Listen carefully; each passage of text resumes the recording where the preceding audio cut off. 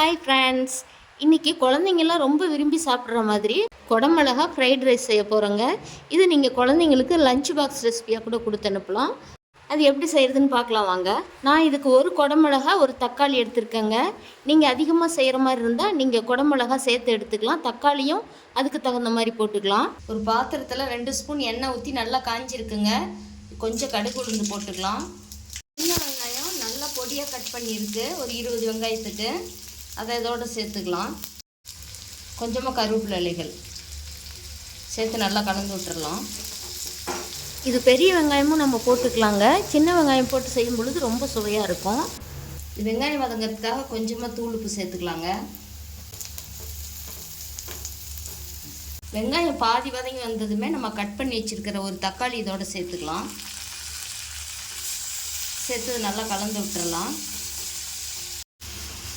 தக்காளி நல்லா வதங்கி வந்துருச்சு. இந்த டைமுக்கு நம்ம மீடியம் சைஸ் ஒரு குடமிளகாய் இந்த மாதிரி நீள் வாக்கில் கட் பண்ணி வச்சுருக்கோம், அதை இதோட சேர்த்துக்கலாம். இது நீங்கள் லஞ்ச் பாக்ஸ் ரெசிபியாக இந்த மாதிரி செஞ்சு கொடுக்கலாங்க. இது வந்து சாப்பிட்றதுக்கு ரொம்ப சுவையாக இருக்கும். இது கொஞ்சமாக மஞ்சள் தூள் சேர்த்துட்டு நான் சாம்பார் பொடி சின்ன ஸ்பூன் தான், அதில் 3/4 ஸ்பூன் சேர்த்துறேன். நம்ம காரம் நமக்கு எவ்வளோ வேணுமோ அந்த அளவுக்கு இது சேர்த்துக்கலாம். நம்ம ஏற்கனவே வெங்காயம் வதங்கும் போது உப்பு கொஞ்சம் சேர்த்துருக்கோம். நம்ம ஃபைனலாக உப்பு நமக்கு பத்தலை அப்படின்னா போட்டுக்கலாம். இப்போ இந்த குடமிளகா இதுலேயே இந்த எண்ணெயிலே நல்லா வதங்கி வரட்டுங்க. தண்ணியெலாம் எதுவும் ஊற்ற வேண்டாம். ஒரு 2 நிமிஷம் போல் வதங்கட்டும், மூடி வச்சிடலாம். இது அப்பப்போ எடுத்து நம்ம கலந்து விட்டுக்கலாங்க. இந்த காய் கொஞ்ச நேரம் எண்ணெயிலே வதங்கட்டும், தண்ணி ஊற்ற வேண்டாம். அதுலேயே நல்லா வதங்கிடும், சீக்கிரமாகவும் வெந்துடும். இது சாப்பிட்றதுக்கு ரொம்ப டேஸ்ட்டாக இருக்குங்க. சாப்பாடோட இதுலேயே கொஞ்சம் சாப்பாடு போட்டு நம்ம நல்லா கிளறிக்கலாம். நம்ம உப்பு ஏற்கனவே போட்டோம், இந்த டைமுக்கு கொஞ்சம் உப்பு சேர்த்துக்கலாம்.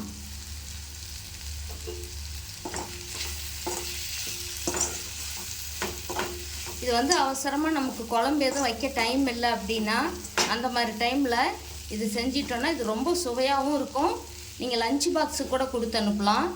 பொரியலும் இந்த மாதிரி செஞ்சுக்கலாம். இது தயிர் சாதத்துக்கு, ரசம் சாதத்துக்கெலாம் தொட்டுக்கலாம். கொஞ்சம் மூடி வச்சிடலாங்க, கொஞ்ச நேரம் வேகட்டும். திறந்து பார்த்துக்கலாங்க. காயெல்லாம் நல்லா வதங்கி வந்திருக்கு. இந்த சமயத்துக்கு நம்ம ஒயிட் ரைஸு இதில் நான் எடுத்து ஆற வச்சுருக்கிறேன் ஒரு பிளேட்டில்.